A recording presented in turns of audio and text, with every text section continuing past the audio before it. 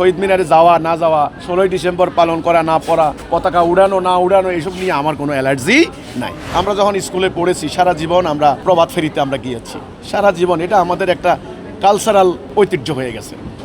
আমিও আমাদের স্কুলে দেখলাম আমাদের বাচ্চারা করছে। আমি 16ই ডিসেম্বরে আমাদের এখানে পালন করা হয়, পতাকা টাঙানো হয়, এই ব্যাপারে আমার কোনো অ্যালার্জি নাই।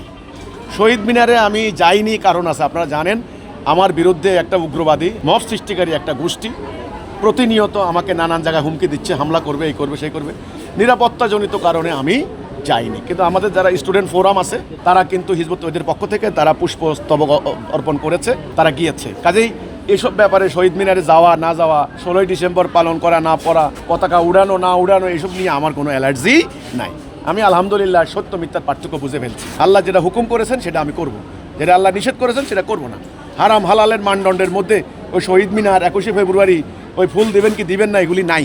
কাজে এটা নিয়ে আমার কোনো অ্যালার্জি নেই। হ্যাঁ, নিরাপত্তাজনিত কারণে আমি অনেক জায়গায় যাই না।